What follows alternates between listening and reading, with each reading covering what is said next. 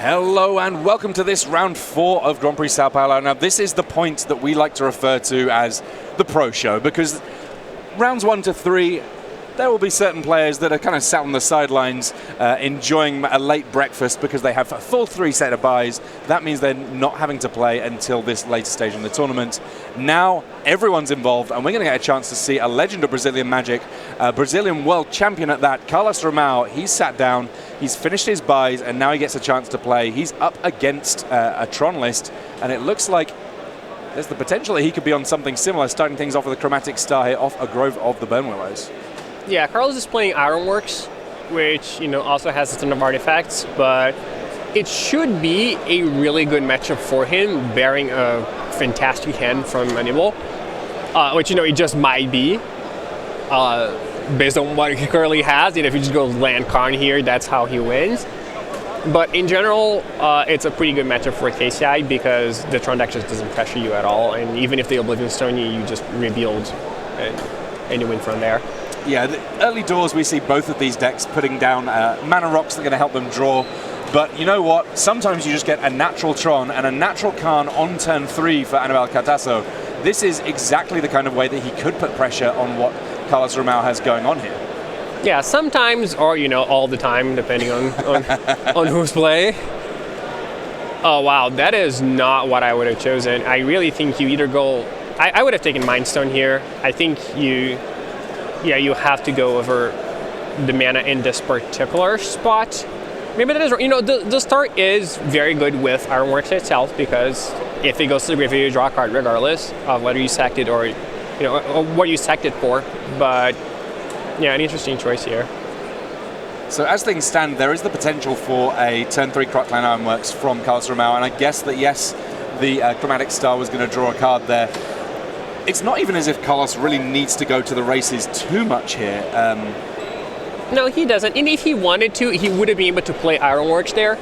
And then, he has 2 explosives he can play for 0. He can sack the explosive, add 2 mana, then sack the sphere, add green, play Ancient Stirrings. So he would dig a lot if that's what he wanted to do. It might have been better for him to go for it, honestly. But we'll see how that turns out. Because there's not that much downside to going for it. Like, the downside is that you expose your Ironworks, but you're going to draw a bunch of cards, and the Karn will be gone if it minuses again. Yeah, I mean, I guess that the level of meaningful interaction from this Tron deck, even once it's got Karn in play, still not all that high. As things stand, though, we've got Ancient Stirrings coming from Carlos. He's going to be able to get an artifact or a land, which essentially covers almost everything that's going on in his deck. Oh yeah, I think it's almost impossible to miss. Like, is it literally impossible to miss? There's 4 Ancient Stirrings, and so he's got 3 other cards that he could hit that are not going to be artifacts or lands. I think it is impossible to miss. I think that's it. And as things stand, this means that he's not just getting a card, he's probably getting quite a good card for the situation. Picks up a Mox Opal here. That's one of the ways that he gets to be especially explosive here, barring the engineered version of explosives. Now this is an intricate deck to play, though where it gets most intricate is when you're up against real pressure on what you're trying to do, and I don't feel like Tron is going to present too much of that in these early stages. Ica Wellstring, drawing a card for Carlos Romão, just meaning that he can make sure that in subsequent turns, if he tries to go off, it's going to be very difficult to miss. Yeah, I wonder why he played that Mox there. He didn't... he wants to be able to sack the Mind Stone if he gets Karn. I believe that is the reason. Or maybe just at the end of the turn. Yeah, that makes more sense. Okay. Yeah, he could also have just gone for it again at that point. Because he had Mox explosives, he would be able to play the KCI, but chooses not to. Now he's already spent his Ancient Stirrings, so we just draw 2 cards with the Wellspring and could just very easily brick. Okay, so Karn eats an Engineered Explosives from Romão's hand here. He's still got plenty of cards in hand to work with. Yeah, and here we see why this is such a good matchup for KCI, because Anibal's hand was the best possible, right? Turn 3 Karn is the best thing you can possibly do. And Carlos's hand was, it was good, but it wasn't fantastic. He didn't explode, he has no scrap trawlers, and I still feel like he's ahead this game. Like, all he has to do is find a business spell and he wins. Like, and by that, like a Scrap Trawler, he very likely wins the game, and even Mirror Retriever probably wins from this spot because it's just going to be, I guess it's just another Ichor Wellspring, but it's a ton of mana. It has Buried Ruins too. Yeah, I mean, ultimately, something's giving velocity to draw into more cards. At the moment, there's not too much of that to worry about. Yeah, I mean, I think Carlos could just very easily win next turn.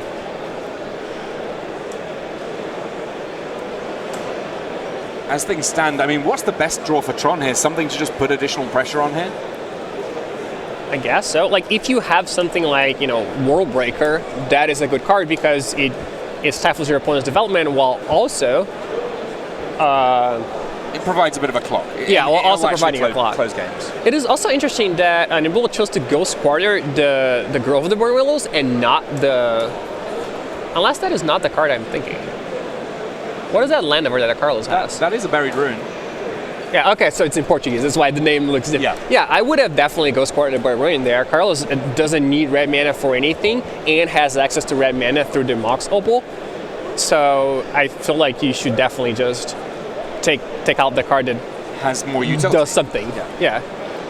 Okay, so Mindstone getting cracked here and finds another copy of Ichor Wellspring. The Wellspring definitely representing a little bit of acceleration through the deck. And Engineered Explosives for 0. That essentially a ritual, but now this Crocline Ironworks in play. And Carlos, this is the point where he starts digging through his deck. Yeah, and Carlos has access to plenty of mana here, and obviously Ichor Wellspring is 0 mana, draw 2. Thermarian is... a ritual. Add 1 mana, draw 1. And then Buried Ruins can get back an Ichor Wellspring. It's the best card to get at this point. And at this point, Carlos is still kind of on hard mode until he gets himself a Scrounger so he can start getting cards back from the graveyard at no cost. Yeah, if he draws Scrap Trawler here, the game is very likely over. But at least for now, he's not really quite able to put this all together. No, and I mean he has two options. He can just pass the turn. He has another Ironworks, so even if Nimble exiles his Ironworks, that's fine. And his other option is just sack the Buried Ruins to bring back Ichor Wellspring for 2 extra cards, which I like. Now he has to sack the Mox, and then can play another Mox too, so he has plenty of mana. Crocline Ironworks, I remember when it was first printed, there were calls that maybe the sky was falling from the likes of Svi Mauschwitz looking for what it could do in Standard at the time, when obviously Affinity was very much a thing and there were artifact lands to work with. The deck in Modern bears almost no resemblance to that, apart from the fact that once the Ironworks is in play, you do a lot of things. A lot of things that you do are very, very resilient, and the fact that they can close games out as quickly as they can, very relevant. I think, I might be mistaken, but I believe he should have 3 mana only. Because he didn't pay for that Ichor Wellspring.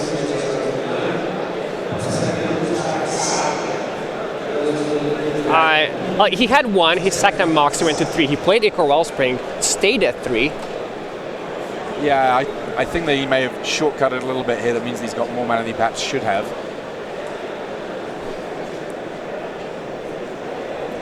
That is weird. Yeah, I mean, this is a very intricate deck to play. There's certainly the potential to have bookkeeping errors. I mean, as much as Carlos has been working his way through, he is down to 0 mana again here. Yeah, he does have plenty of mana, so it's possible it wouldn't matter, but I believe that's what happened. I am not so sure. And KCI is a deck that is usually constrained on cards rather than on mana. You always have a lot of mana and you're just trying to find specific cards or just an amount of cards. But yeah. And Carlos now has dug through about a third of his deck and yet to find one of his key ways of generating a real sort of sustainable engine. Yeah, I think it just bricked. His hand is all lands and cards that don't do anything. So he just has to pass the turn.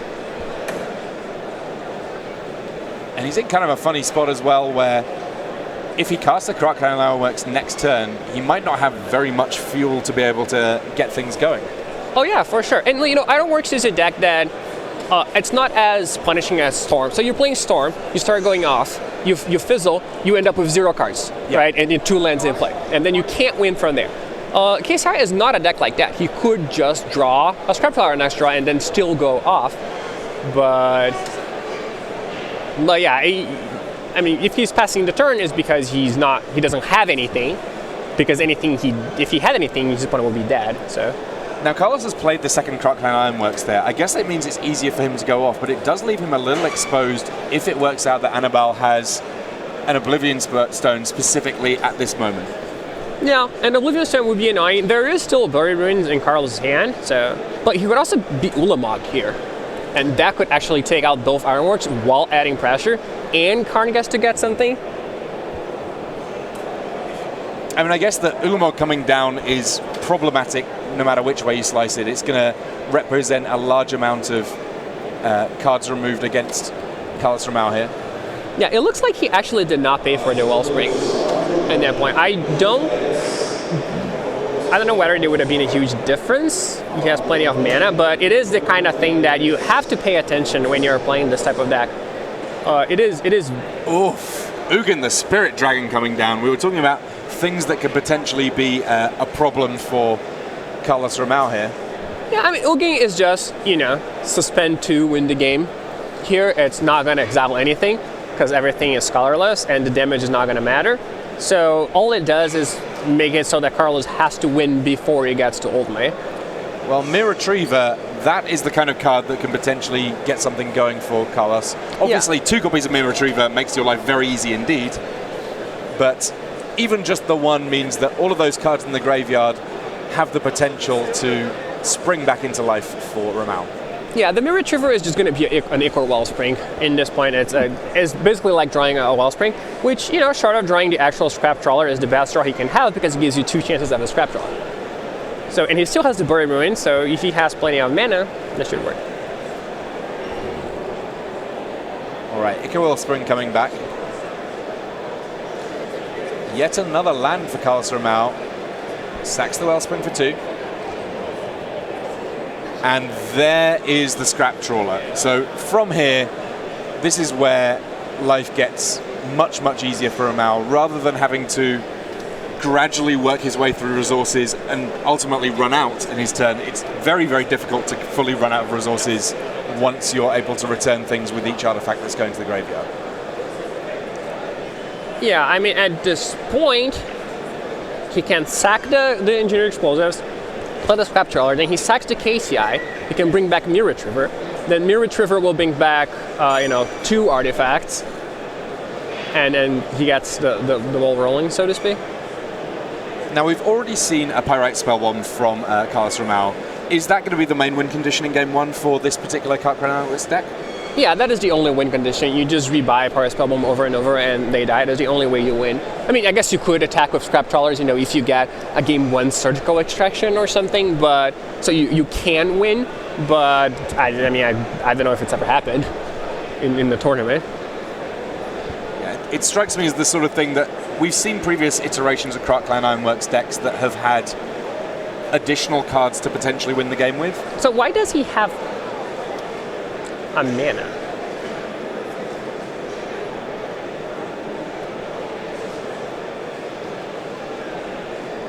Oh, he just, okay, that's right. I see. So Terrarian being fetched back, but also gets to get something with the Mirror Retriever. And the thing he gets with the Mirror Retriever in principle could cost more, though there's not too much that costs more than it in the graveyard right now. Does go for the Crocline Ironworks. So they both go back to hand.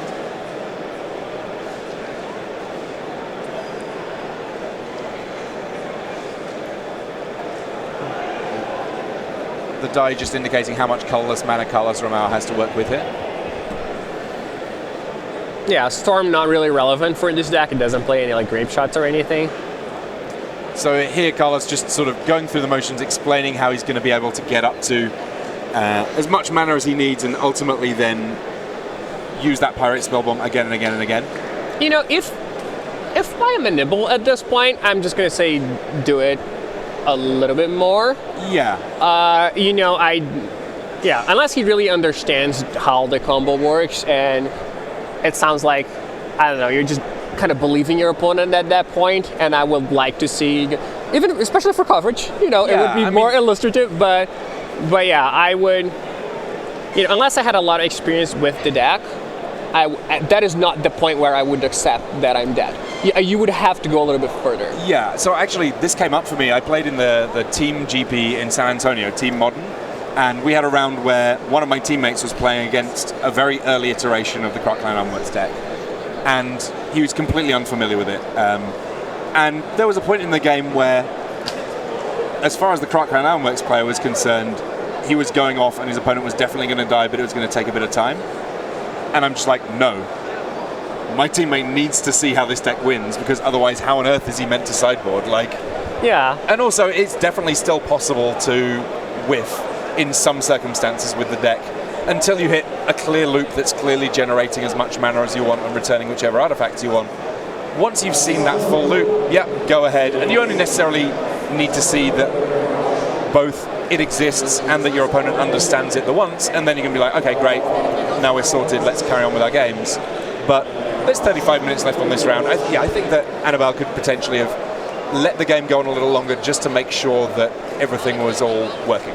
Yeah, and I think it's the kind of combo that is very easy to think I have infinite, but when you actually don't. Like, there's a story, when Matt Naz was playtesting against, I believe it was Alexander Hayne, and then that was right before Matt Naz won his second GP with KCI, and then Matt Naz is like, yeah, I have the combo, and then Hayne is like, okay, show me. And then Matt Naz thinks for like 5 minutes, like, actually, I don't have it.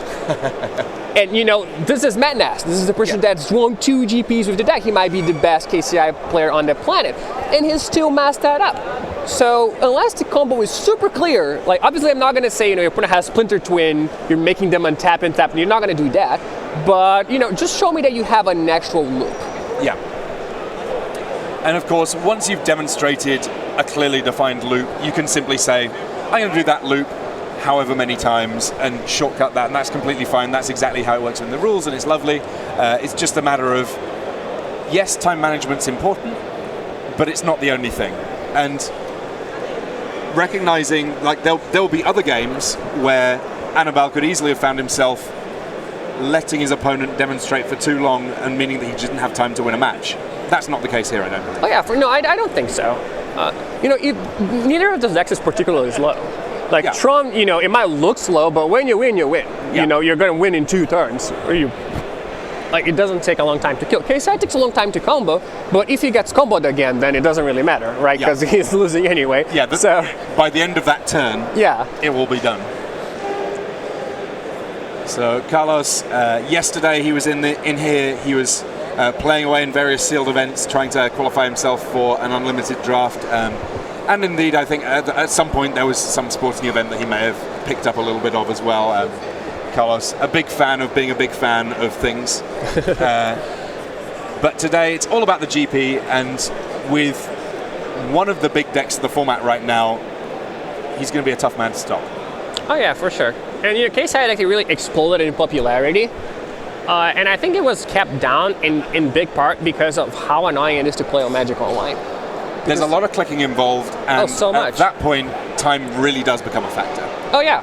It's like the standard Teferi decks that have no win conditions. A lot of time in Magic Online, you just cannot physically click through everything in time to win the match.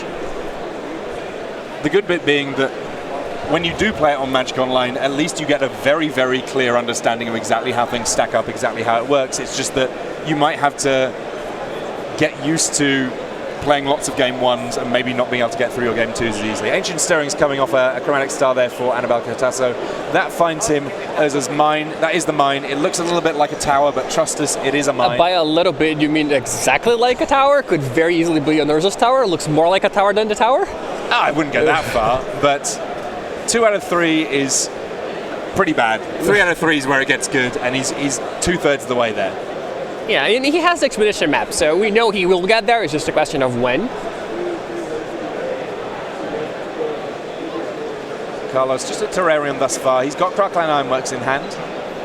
Yeah, Carlos has everything here. All he needs is, the 4th land. And it's unclear to me whether he should sack that or not, because having that in play the turn you play KCI can be the difference between winning the game that turn or not. And I'm not sure what he's trying. Well, he did find an acceleration, which, will be pretty. So there is an Inventor's Fair in hand already as well for Ramal. That one, just kind of a nice one that does a million different things for the deck. Sometimes you want the life gain, sometimes you want to be searching things up, sometimes you just want to be able to tap something for 1 mana. Yeah, it's mostly to search for things, but he's not looking for anything specific here. He would love to draw a bunch of cheap artifacts that he can just play this turn, and then next turn he will win.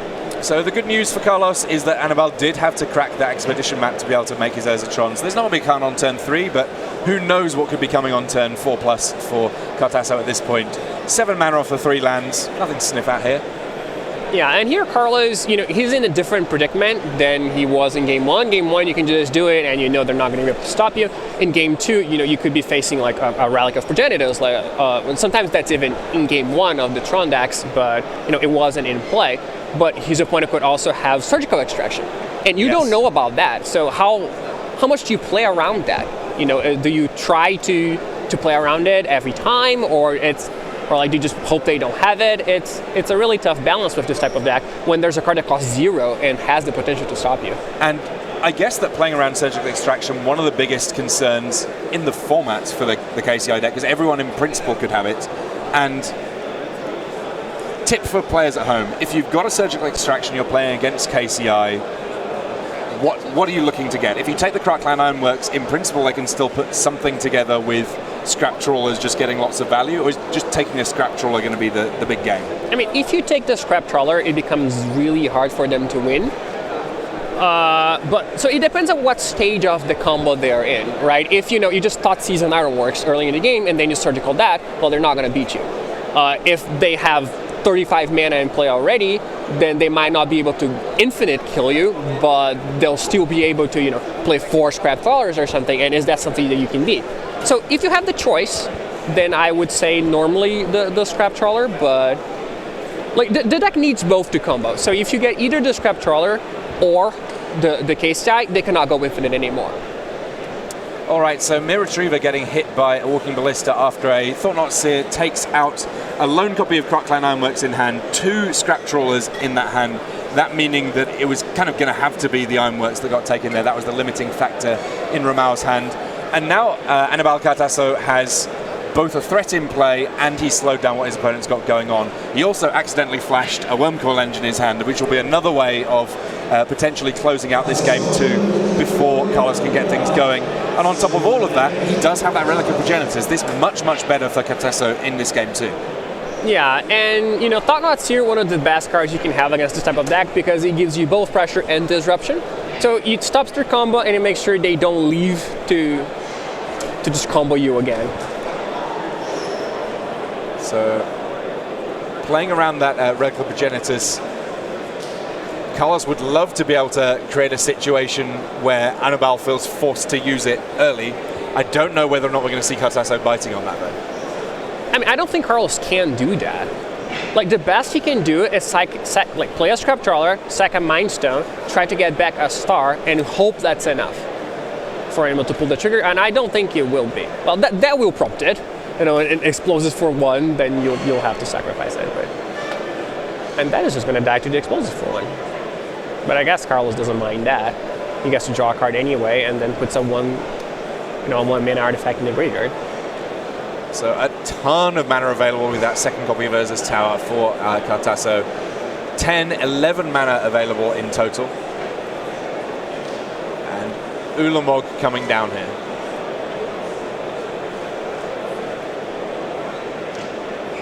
So a different way of putting pressure on the engineered explosives, and not the mana to be able to activate it right there. That meaning that Relic of Progenitors is getting to hang around in play. Thought-Knot Seer attacking in here. First damage of this game too. Ramal going to 16 on that attack. And the attack from Ulamog, pretty relevant because it again is a way of just stripping one element of the game out by exiling cards from the top of Carlos' deck. Yeah, I mean, it is feasible that you just exile all the Pirate Spell Bombs, and if Carlos didn't bring in another kill condition, or if you just exile that as well, then you're gonna win the game. I mean, there's also all of that damage. That damage pretty relevant too. Yeah, I guess 10 damage, not so bad. It's a crazy race to see which way Ulamog finishes Carlos off here. Yeah, and of course Carlos is not going to board in an extra kill condition in case he gets Ulamog, because the assumption is if you're getting Ulamog, you're probably not winning anyway. So you just take that risk. But yeah, it's looking good for a Nibble here. But Carlos does have the Inventor Sphere that he can use to get KCI. So in theory, all he has to do is navigate the Relic of Progenitus. You make it sound like it's a small task to navigate the relic here. I mean, it's not going to be a small task, but he does have 2 scrap trawlers and plenty of artifacts in play. It's definitely feasible.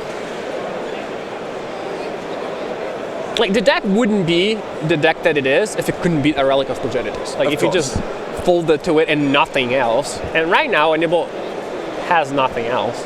And I kind of feel like this is one of the reasons that it's taken some time for the KCI deck to really hit the big time when it comes to Modern, is that it takes a while to learn how to play it. And also, there will be lots of players who maybe tried it out, faced some of the more common hate, and couldn't quite navigate their way around it. And it takes real commitment to continue to plug away when your opponent does have meaningful hate cards they can play. Oh yeah, it does. And like there's definitely a big barrier to entry with the KCI deck, because the main engine that he uses abuses a rule that most people don't even know exists, which is the fact that you can announce a spell and then sack multiple cards to pay for it. So for example, if I'm announcing a Chromatic Star and I have a Scrap Trawler and a Mirror Retriever, I can sacrifice both to pay for Chromatic Star, even though it only costs 1 mana.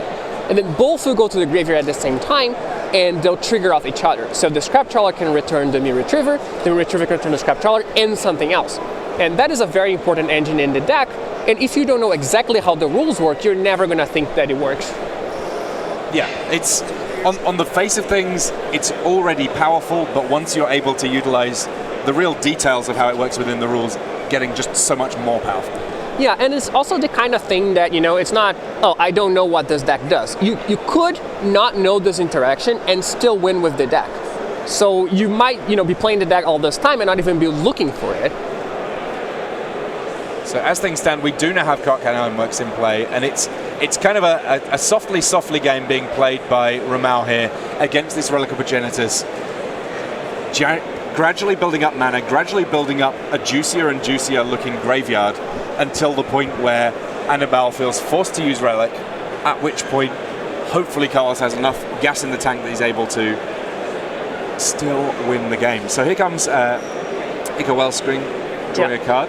I think he wants to maybe get Scrap Trawler in play as soon as possible.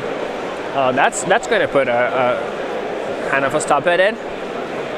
Yeah, Nature's Claim here, a straightforward way of dealing with that artifact. Yes, there can be a lot of mana generated by Carlos in response to this. You can draw cards with Mind Stone, but he's not really a deck that interacts at instant speed in terms of casting spells. Almost everything is a permanent or an Ancient Stirrings, at which point he basically just has to scoot them up, and there we go. So Annabelle Kata, so picking up game 2. We are going to be going to a game 3 here, and with 20 minutes left on the clock, a little 20 and change, it will be straightforward enough for this one to end in a natural conclusion, one would imagine. Oh yeah, I mean, again, both decks win the game so quickly when they are winning that, quickly in terms of turns, not in terms of time taken, because KCI can take a lot of time. But not if you scoop as early as a Nibble does, then you won't.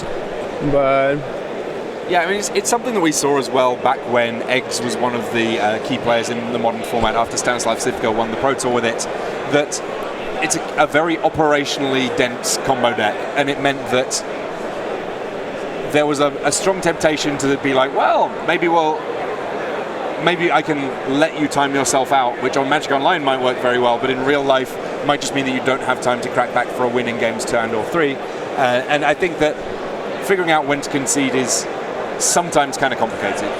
Yeah, and I think the issue with Eggs is that it took a much longer time to get to a point where the game was locked up. Yes. So you were staring at, you're like, I'm very likely losing, but it's going to take 10 minutes to figure out that I am actually losing. My opponent could fizzle in this spot. And with KCI, it takes 2 minutes, and then they actually present an infinite loop, and then you die. So the infinite loop for Edge took a lot longer to achieve than for KCI, which I think is part of the reason why it was a more annoying deck to play against. Yeah, and it says something that even in that Pro Tour final in Seattle, Yuya Watanabe kind of said, all right, you know what, when you play your second sunrise effect of the turn, I will concede. I'll just assume that it's good enough at that point. And that's in an untimed Pro Tour final, that he was still just like, you know what, I'm not going to make you spend the next 15 minutes of everyone's time, because I believe that at that point I'm almost certain to have lost. Yeah, but how certain, when there is no time and you're playing for a PT title, how certain do you have to be? Pretty certain. If you're like, you're 0.5% to win, are you not going to be like, you do it? Yeah. I would make you do it. If I'm actually just dead, then yeah, you don't have to go through the motions. But there's the smallest chance that you fizzle. I'm playing for a PT title, I'm going to make you do it. I'm sorry. No, I'm sorry for the viewers, but you're doing it against me. All right, so an Ancient Stirring's kicking things off in Game 3 here. Carlos Romao on the play. A pretty big factor, one would imagine, in this deciding game. Looks like he's got a lot of lands to look at here. There is a Scrap Trawler, but Ichor Wellspring, it's a juicy target for these Ancient Stirrings. It does just mean that you're always going to be drawing lots of cards, and even if that means that there's a Scrap Trawler on the bottom, he's going to be drawing into the next one soon enough.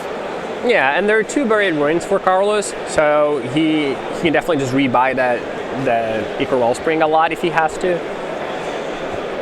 Power Plant into Chromatic Star, not about as exciting as things get for a turn 1 from Tron.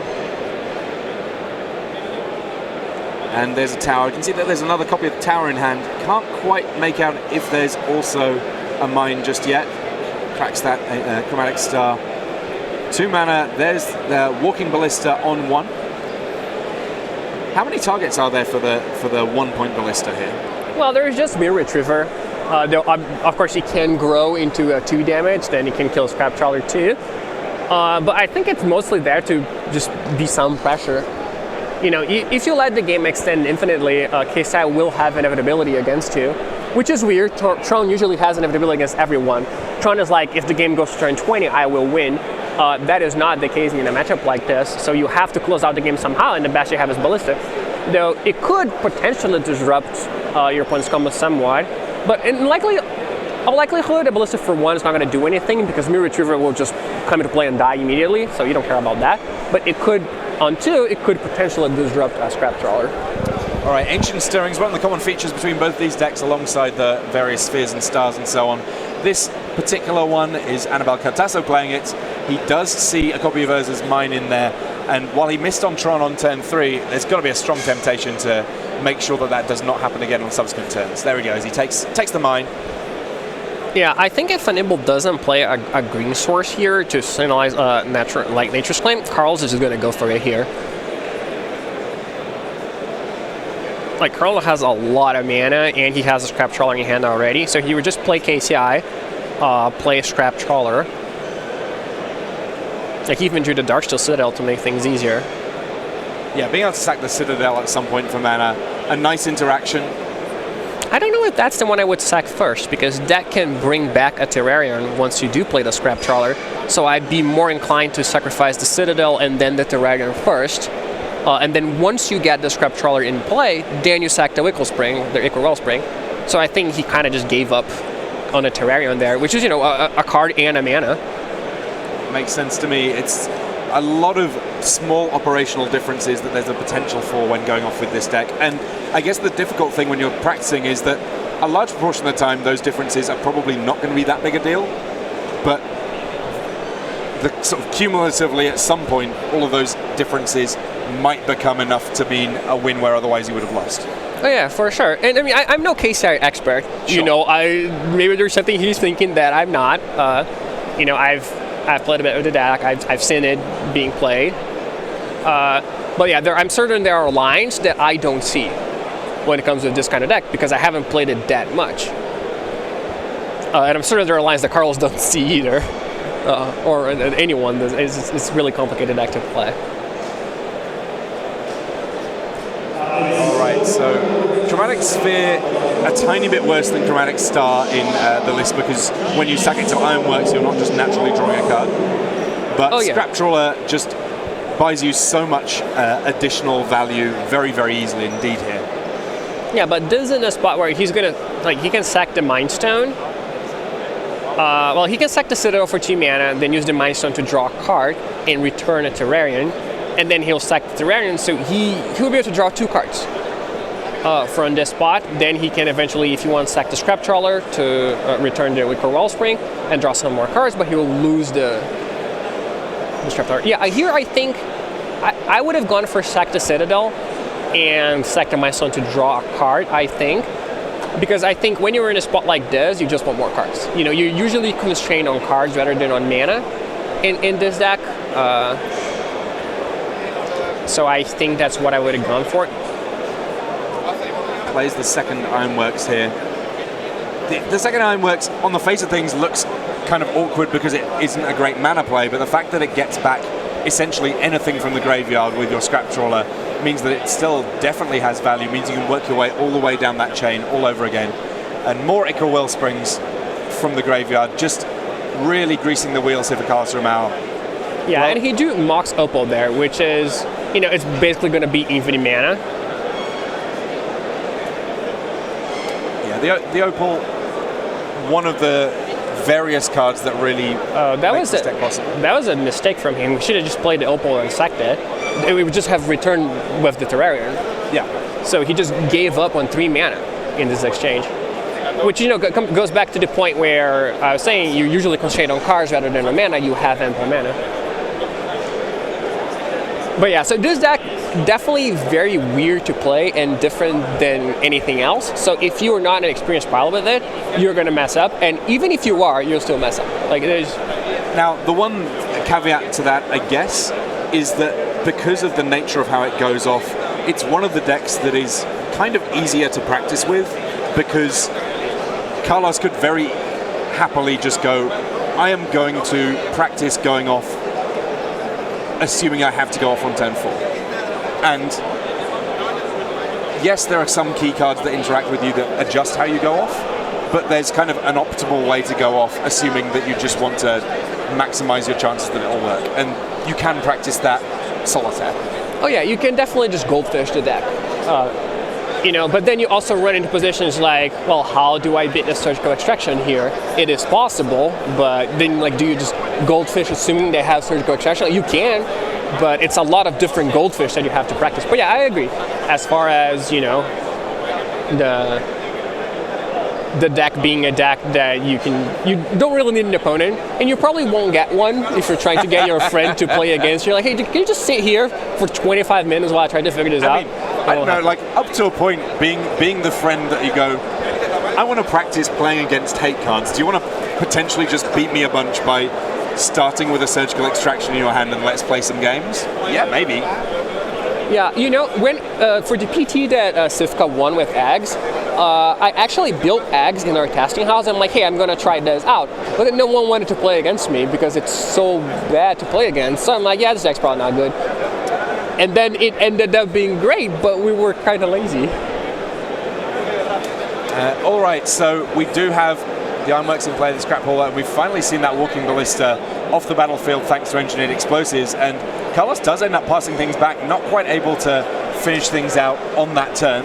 Whether or not a slight adjustment in terms of his sequencing might have been the deciding factor, I guess we'll never know. But with a Buried Ruin in play, a Buried Ruin in hand, it seems likely to me that this next turn for Carlos is still going to be pretty good. Yes, Cartasso now has Tron. Yes, he's going to be able to do something, but this Thought Knot Seer, it might be too little too late.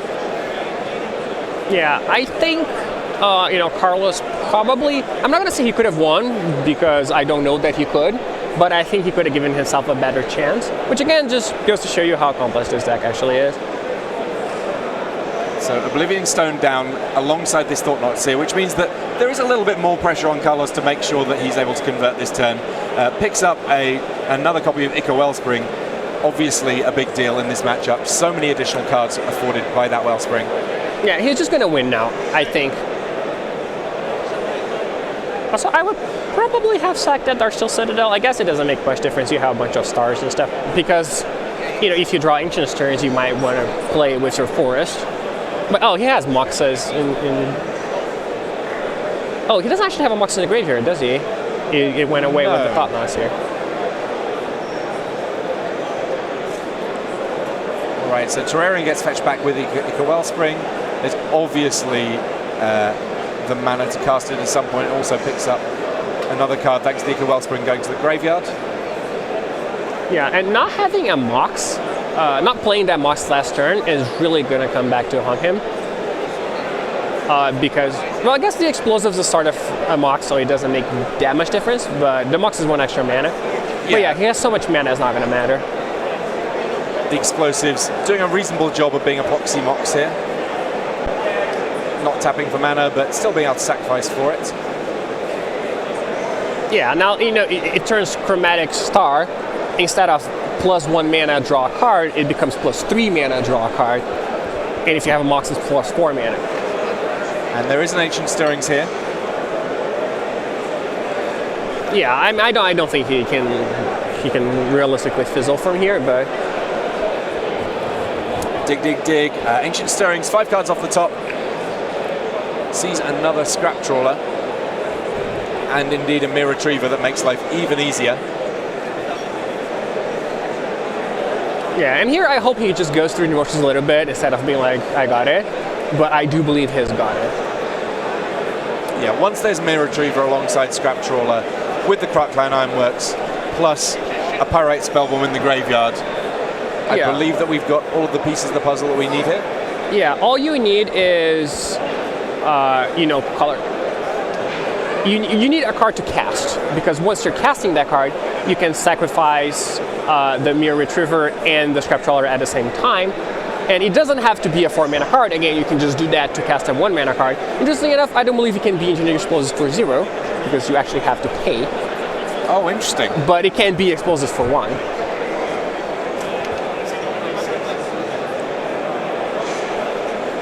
Yeah, now this is how the combo works.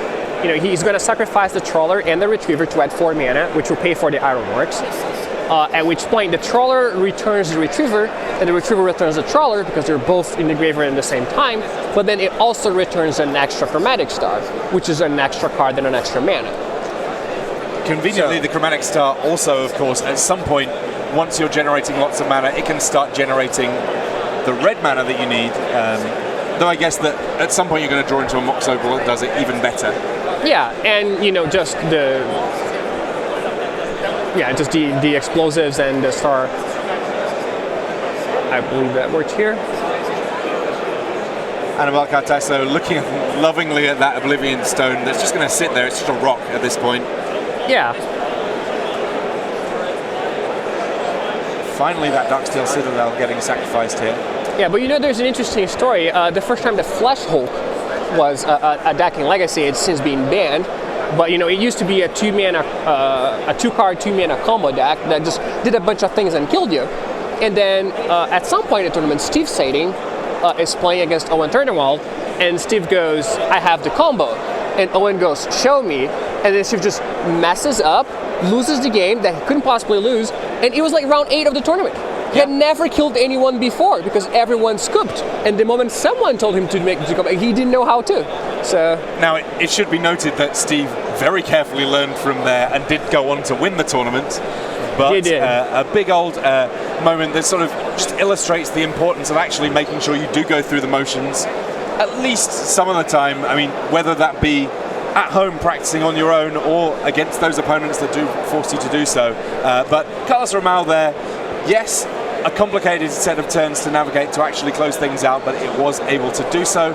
He advances to 4-0, and of course, because our feature match area replete with matches going, and it wasn't just the big man Carlos Ramal taking up all the space in our feature match area. We've got plenty more matches to be able to bring in. We're going to get a chance to head back down there for a little bit of Time Walk Magic soon enough. But Paulo, obviously you're sat here right now watching people play rather than playing yourself. Were you to have been playing in this tournament? It's modern, there's a ton of decks available. Which way do you think you might have been leaning in terms of deck choice? I would probably have played Blue-Eyed. Similar to the deck that had 3 copies off of the top 8 of Barcelona. I like the Terminus version a little bit more. But yeah, that's probably what I would have played. Yeah, you get to be a Miracles deck, and I know how much you love that deck in Legacy. We're going to get a chance to see a little bit more of that Time Walk Magic soon enough. But first, these messages.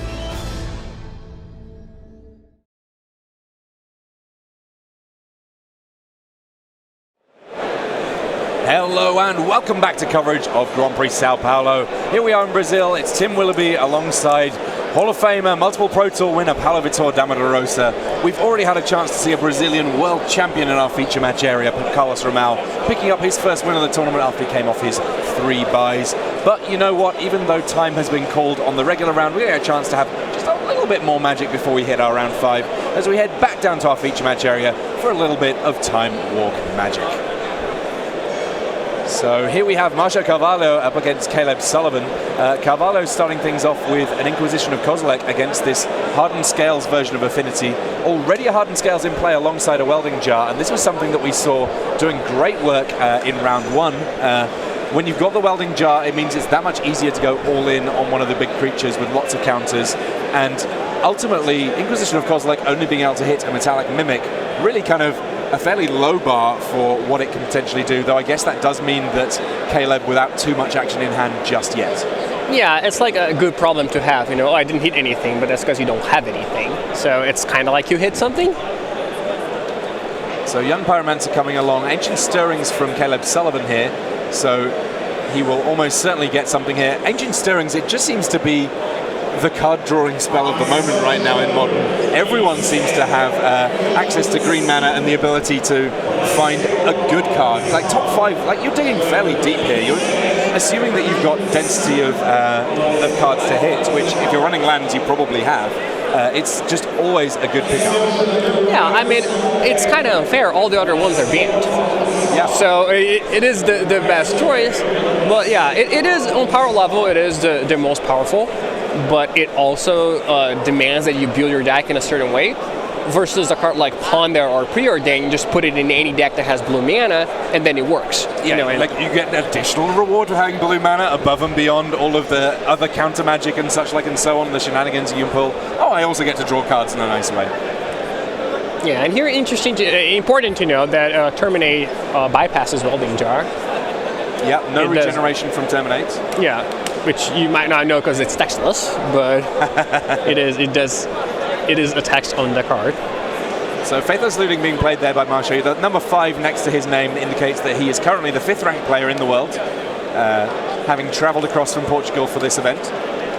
Oh, and Hangerback Walker, a huge card for Caleb here, because it's immune to removal. Well, obviously it's not immune, you know, it'll die, but you get a lot of tokens from it. And look at Marcio's hand, it's just 3 1-for-1 removal spells. So if he even just plays a Hangerback for 2, which will be a Hangerback for 3 because of Hardened Scales, then Marcio's just going to have to spend a bunch of removal spells on it. Yeah, I guess that Hardened Affinity, it's a list that just has a natural protection against 1-for-1 removal. Sometimes it can grow things out of range of some of the burn spells in the format. Alternatively, a lot of its creatures really don't mind dying too much. Yeah, I feel like it really depends on what part of the deck you draw. Like Hangerback Walker is the one that is the best versus one removal, but sometimes you just kind of have to go all in with your Ravager and then you lose to a spot removal spell. But definitely in the spot, yeah, he's not really worried about it. And Marcio really needs like a Bedlam Reveler, you know, because he just going 1-for-1 here is not going to be good. But he still kind of has to do it, because if he doesn't, the Hangerback is only getting bigger, and I don't believe he has any sweepers.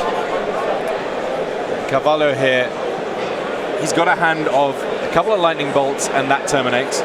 Cracks a Marsh Flats here. It's going to cost him a little bit of life to get his mana sorted in these early turns of the game. If he wants red mana, it's going to have to be something that's... He's paying a couple of life for this Blood Crypt to have it come into play untapped here. Yeah, I know. While I have you here, Tim, because you know it was a special circumstance. I don't know if we're going to be casting together.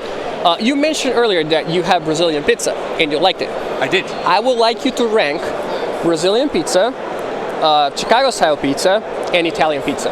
Okay, Chicago I have a distant third as Terminate comes along dealing with Walking Ballista. Between Italian and Brazilian, there is a world of difference in terms of what they're trying to achieve. I think that right now, admittedly it's fresher in my mind, and indeed my stomach, I think I have the Brazilian pizza specifically that I had last night ahead of the Italian pizzas that I can specifically remember. but I'm very happy to have more rounds to test out both of these things. But Brazilian pizza is definitely right up there, and for the people who are unsure, you should definitely try Brazilian pizza. Nice. Shout out to Andrea Mengucci. Your pizza sucks. Team Olympic just said it. Brazilian pizza is much better. Thank you. Conversation over. We got impartial judge. Good. I'm glad we got that one out of the way. My Twitter will explode shortly thereafter. I'm sure. Yeah. Well, I wrote about it in an article once, and it was like I declared war on Italy. It was like a bunch of people like saying how much of a horrible person I was because I didn't like Italian pizza as much. It was fun. I like Italian pizza a lot. I also like Italian pasta, lasagna. It's too late. Like, you already said Brazilian pizza is better. There's nothing you can do about it. All right, flashback faceless saluting coming here from Marcio Carvalho, who's kind of on the back foot a little bit against this hangerback walker alongside Hardened Scales and, of course, that welding jar.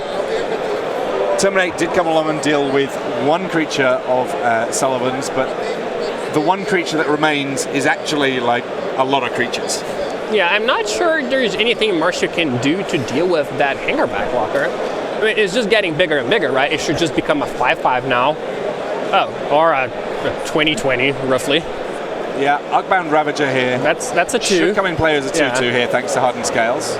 Pretty important in the grand scheme of things. And each artifact sacrificed to that Arcbound Ravager is 2+1/+1 counters. Yeah, that is just lethal with Think Moth Nexus, like by a lot. Because the Hangerback Walker gets sacrificed, and that also gives you 3 Thopters, and each Thopter is +1. So, sorry, +2. Yeah, and when you got Welding Jar to stay safe, I mean, your opponent's tapped out, like, yeah, you got Welding Jar to stay safe from Gut Shot. I guess that it taps it down via regeneration, but one way or another, this is a bad spot for Marcio Carvalho right now. Yeah, I mean, this is like 17 poison. He could just kill Marcio with damage, with his other Nexus, I believe. So it doesn't matter if the Ravager comes with 1 or 2 or 0 counters. If it came with 0 counters, that might be a factor, but... True. Like, the 0/0 Ravager is like Chicago pizza right now. Which one, whether or not the 1/1 or the 2/2 is Brazilian pizza, both of them are pretty good. I see, yeah. But they're good enough to win. Yes. Against Italian pizza specifically. They're both winning pizzas. Yeah.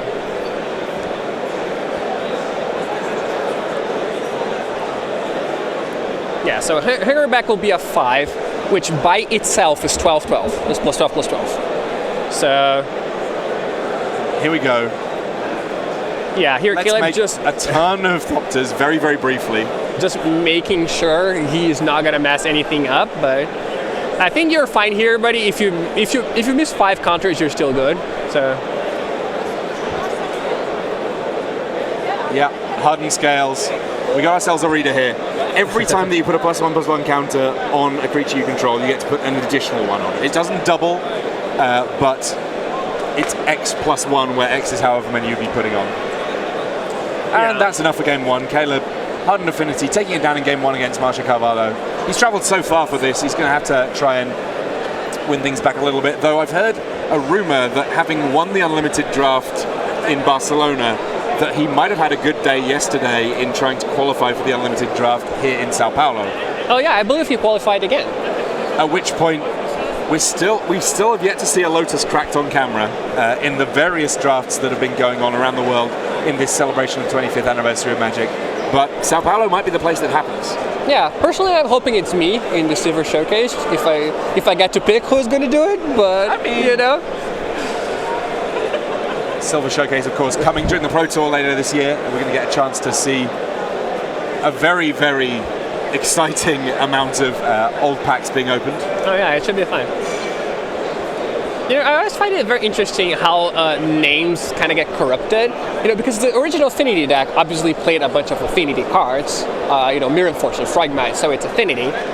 And now, you know, the new Affinity deck played maybe Thoughtcast, so it's Affinity. Then it doesn't play any Affinity cards, still Affinity. And now this is just Affinity too. So anything with artifact creatures became Affinity. We actually we had a conversation about this amongst the coverage team as to whether or not this should be modular Hardened Scales, because between Arcbound Worker and Arcbound Ravager, you have a lot more modular than you do Affinity in here. But at this point, there's such a strong, no pun intended, affinity for the notion of your artifact-themed Arcbound Ravager decks being called Affinity. That's the reason that we've gone with this name. But it's definitely something that is a conversation that has been had. Yeah, So here comes Lingering Souls alongside Young Pyromancer. Nice little combo there. Lots of tokens for Maestro Carvalho here as he attempts to win things back. And having a wide number of blockers, especially some blockers with flying, will help him a great deal against what this deck on the other side of the table has going on. Because aside from gigantic walking ballistas simply shooting everything down, which there's very much the potential to happen, having blockers is a very reasonable thing to be working toward here. And still Overseer, if you end up with Hardened Scales in play, a very big deal. As it happens, Inquisition of Kozilek has dealt with the first copy of Hardened Scales from Caleb Sullivan. We'll see whether or not he can find another one in subsequent turns. Oh yeah, I mean, Hardened Scales really, this is the type of deck that, you can win without it, it's possible. This game, for example, he could very easily win without it, and especially if he draws like a Walking Ballista, I'd say he's actually a favorite. But it's night and day. Yes. When you have it or when you don't have it. It's even more important than like Cranial Plating in Affinity or something like that. It powers up your cards so much because all your cards are kind of bad without it and completely busted with it. Yeah, there are various cards in this list that would never trouble a regular Affinity list in 2018. Like Arcbound Worker, he had his day in the sun. It was a while ago now. Yeah, I mean back when you could Skull Clamp it. Oh yeah. I actually have a large amount of the World Championship decks with me. I brought the Psychotog deck for Carlos Romao to re-sign, but yeah, various of the Affinity decks or artifact block decks that are in those World Championship lists do get to run their Arcbound Workers and so on and so forth. As things stand though, right now, without a Hardened Scales in play, an Arcbound Worker, a relatively low impact draw, and big attacks coming from Marcio here. Yeah, I mean, Caleb really needs to draw a Walking Ballista here. Yeah, if he does, then I think he's in good shape. But if he doesn't, it will be tough.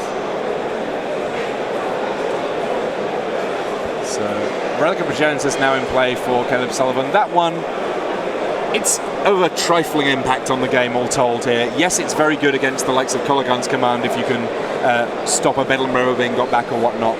But it's not exactly a Dear Diary moment when you're able to achieve that against this deck. There's still an awful lot of 1/1s in play that are going to be troublesome for Sullivan here. Oh wow, no attacks for Marcia. So actually Caleb is in a really good spot. Like Marcia cannot kill that Steel Overseer and doesn't have any attacks through it. So yeah, I guess the fact that the Nexus just gets bigger too gives Caleb 4 blockers, which is just too many to deal with. You mentioned Marcia travel a very long way. Do you know where Caleb's from? I don't actually. Okay. I mean, he could be from here for all I know, but Caleb Sullivan doesn't strike me as a particular Brazilian name.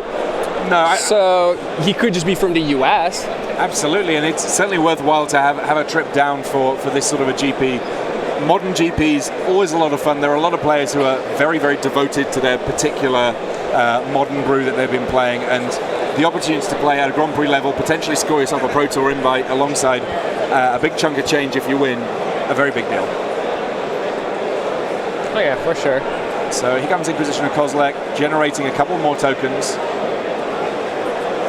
Caleb gradually working down that graveyard that Marcio Carvalho's got. 2 copies of Relic of Progenitus means that the likelihood of him having to pop one of them in order to empty graveyards lowered it just a little bit. And these Arcbound Ravagers getting a little scary now. One Inkmoth Nexus attack could close things out at any time. Yeah, I think this is the point where Caleb should start attacking with his Inkmoth Nexus. It'll probably have to prompt a block, which is the same as blocking a token itself. So the only way you don't attack here is if you're actually not going to go all in if your opponent takes, then it might be bad. But I feel like if Marcia had a removal spell, he'd have aimed that at the Steel Overseer already. So the fact that he hasn't done that probably means he doesn't have one, but maybe that's wrong. Also, I'd probably have sacked at least one of those relics if I'm Caleb, because I think you really want to draw Walking Ballista, or just any creature that you draw is going to be good here, because it's going to be bigger because of the Overseer. Yeah, essentially anything but land is a good draw, and even if that land is a Nexus of some description, it's probably still a fine draw. Yeah, and here he gets super punished by not sacking his relic because he allows Marcio to play Bedlam Reveler, which would normally cost 8. So yeah, that was... the Bedlam Reveler's cost reduced by the number of cards in the graveyard, number of spells in the graveyard, sorry, and there's no window of opportunity once he's declared the spell to make it cost more. Yeah, so I think a kind of missed opportunity here by Caleb to... I think he's still in a good shape because I don't think Marcio drew anything off of the Bedlam Reveler. But he's being really conservative with those relics. I guess this comes down to, we spoke about inevitability in the last game, it's another question of who's it better for if this game goes longer, and each of these players seems to be working on the assumption that it's them. One of them, by definition, I guess, is wrong here. Yeah, well, I think Marcio doesn't have a choice. Yeah. Like, Marcio doesn't have good attacks. So even if he thinks he's not going to win the long game, he can't do anything. Whereas Caleb could be more aggressive. Another Hardened Scales here. I mean, at this point, his cup kind of runneth over with regards to the creatures he has in play. Obviously, if Caleb can draw into either a Walking Ballista or a Hangerback Walker, he's going to be able to just have the earth and everything on it. But even if he doesn't, this is a great position to be in here. Finally cracking a Relic of Genesis. Yeah, so what ended up happening was he cracked it anyway, right? He had to use a mana on his turn and gave Marcio the chance to play the Bedlam Reveler. Oh, there it is. And I believe that, yeah, that's just going to be lethal. Yeah, Walking Ballista here is going to generate so many counters between all these Arcbound Ravagers. Yeah, like he can play a Ballista for 1, which would be a 2/2. Pump it with Silver Seer will be a 4. Then one Ravager will give it 8 counters, and the other will give it 7. So that's already way more than lethal. Yeah, so I guess the one worry for Caleb in this spot is, does Marcio have an instant speed removal spell in hand? But as you so rightly said, Paulo, surely that Steel Overseer would be a target were that the case. Yeah, and I mean, he has 2 Ravagers, so he can even if you're trying to play around Slaughter Pack, like you can. You have so much damage that you just sack 1, and then if it resolves, they're dead. And I believe he basically has enough to do it twice. He might not have exactly enough to do it twice, but yeah. Marcio extends the hand. Caleb Sullivan getting the 2-0 win there. Hardened Scales Affinity, we've seen it twice on camera now, and both times it has seemed very, very potent indeed. Obviously, we've seen this namesake card, Hardened Scales itself, in play quite a bit, and there is a big delta between the games where it has it and the games where it doesn't. Enchantments, not got quite the same target on their head that artifacts have in this format right now, but you know what? I think that maybe they should have, because a lot of the sideboard cards, your like Rest in Peace and so on, also are enchantments that can be a real problem. Maybe something to think about for the future, but our future right now is a little bit more of the past as we head back to our feature match area and see just a tiny bit more time warp before we're able to get into our next round here at Grand Prix Sao Paulo. So now we have the number 4 ranked player in the world. We just had the number 5 ranked player in Marcio Carvalho. Luis Salvato, he's having a good year from Team Hararuya, and we have on one side of things Roger Landon. He's got his first Tron piece in that Urza's Power Plant. But on the other side, it's Darkslick Shores into Inquisition of Kozilek, and we see, well, not too many Tron pieces in hand here, and with Ancient Stirrings quite possibly being the card to get taken here, it's not going to work out that there's going to be Tron all too terribly soon here for Roger Landon. Yeah, and this matchup, Salvato is playing Lantern, and this matchup is one that's deceptively good for Tron, because if you look at how the game goes, you might be inclined to think, well, Tron has so few relevant cards, and then Landpicker can just get rid of all of them and win the game.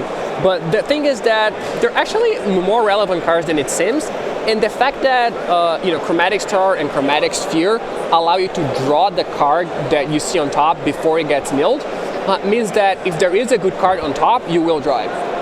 And Chromatic Sphere in particular cannot be responded to. Yeah, because that's a mana ability, yeah. Yeah. So if there is a good card on top and they have a Sphere, you can't stop them from getting it no matter how many mill pieces you have.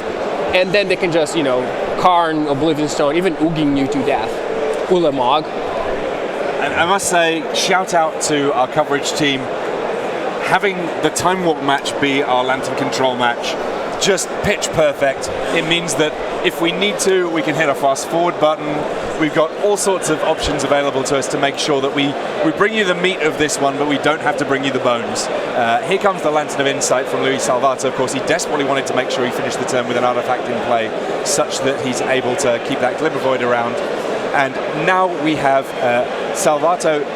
He's going to attempt to establish a lock, but even that Relic of Progenitus that's in play, potentially a little bit frustrating, because the Lantern Control deck does make a little bit of use of its graveyard from time to time.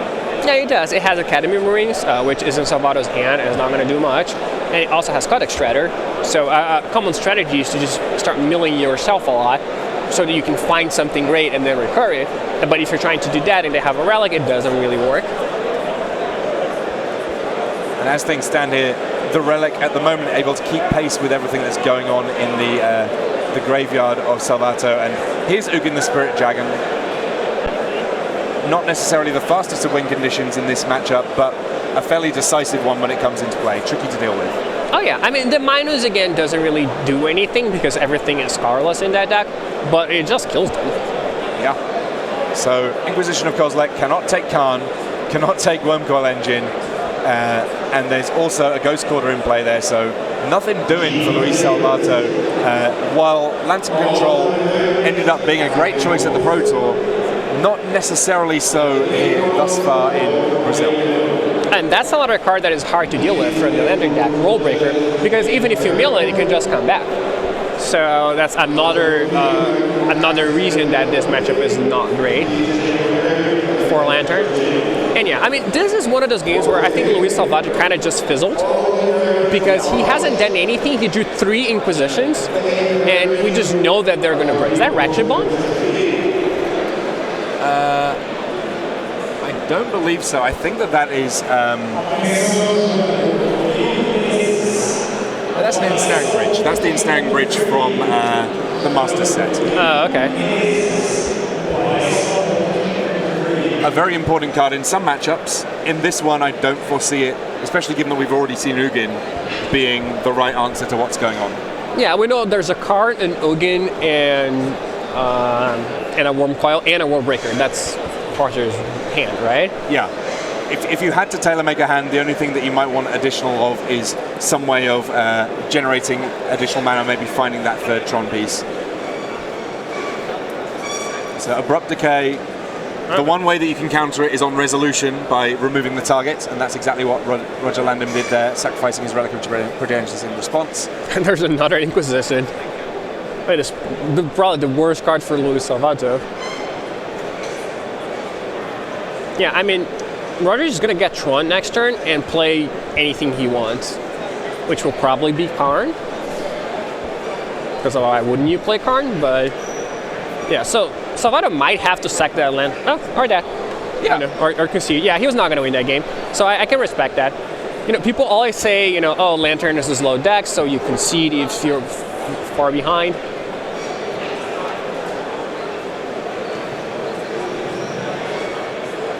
Okay, it turns out I'm hearing that we're pretty much at the end of our round here, so we're not going to be able to close this one out. But I have heard that, you know what, Tron was able to make it a straight clean 2-0. After seeing game 1, not necessarily a massive surprise why, and good foreshadowing there that the matchup could go so well for Tron, because that's exactly what happened. But we will be back with more Magic for you soon enough. Do not go anywhere, because Sao Paulo will continue after these messages.